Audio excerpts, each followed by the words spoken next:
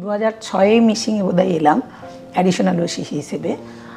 প্রথম যখন ড্রয়ারটা খুললাম, মানে যে ডেস্কটায় আমি বসলাম, ড্রয়ারটা খুলে কল ডিটেলস রেকর্ডের, মানে ড্রয়ারটা যখন পরিষ্কার হচ্ছে, আমি আমার কাগজপত্র রাখবো, কল ডিটেলসটা দেখে আমি অবাক হয়ে গেলাম যে এগুলো কি, মানে ম্যাথমেটিক্সের মতন এসব কী, আমি তো কিছুই বুঝবো না মনে হচ্ছে ভাবলাম।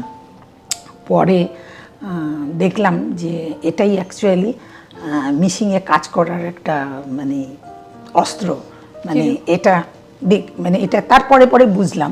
এবং মিশিংয়ের চেয়ারটাতে বসে আমার মনে হলো যে কিছু করার আছে।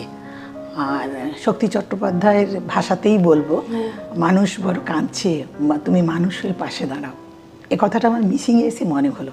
এবং সত্যি তাই, মানুষ এত অসহায়, মানে কারোর হাজব্যান্ড অফিসে গেছে ফিরছে না, মেয়ে কলেজে গেছে ফিরছে না, বাচ্চা খেলছিল ফিরছে না, সেই অবস্থাতে মিশিংয়ে কাজ করে আমি খুব হ্যাপি, মানে যতটুকু পেরেছি করতে পেরেছি আর করেছি আর কি।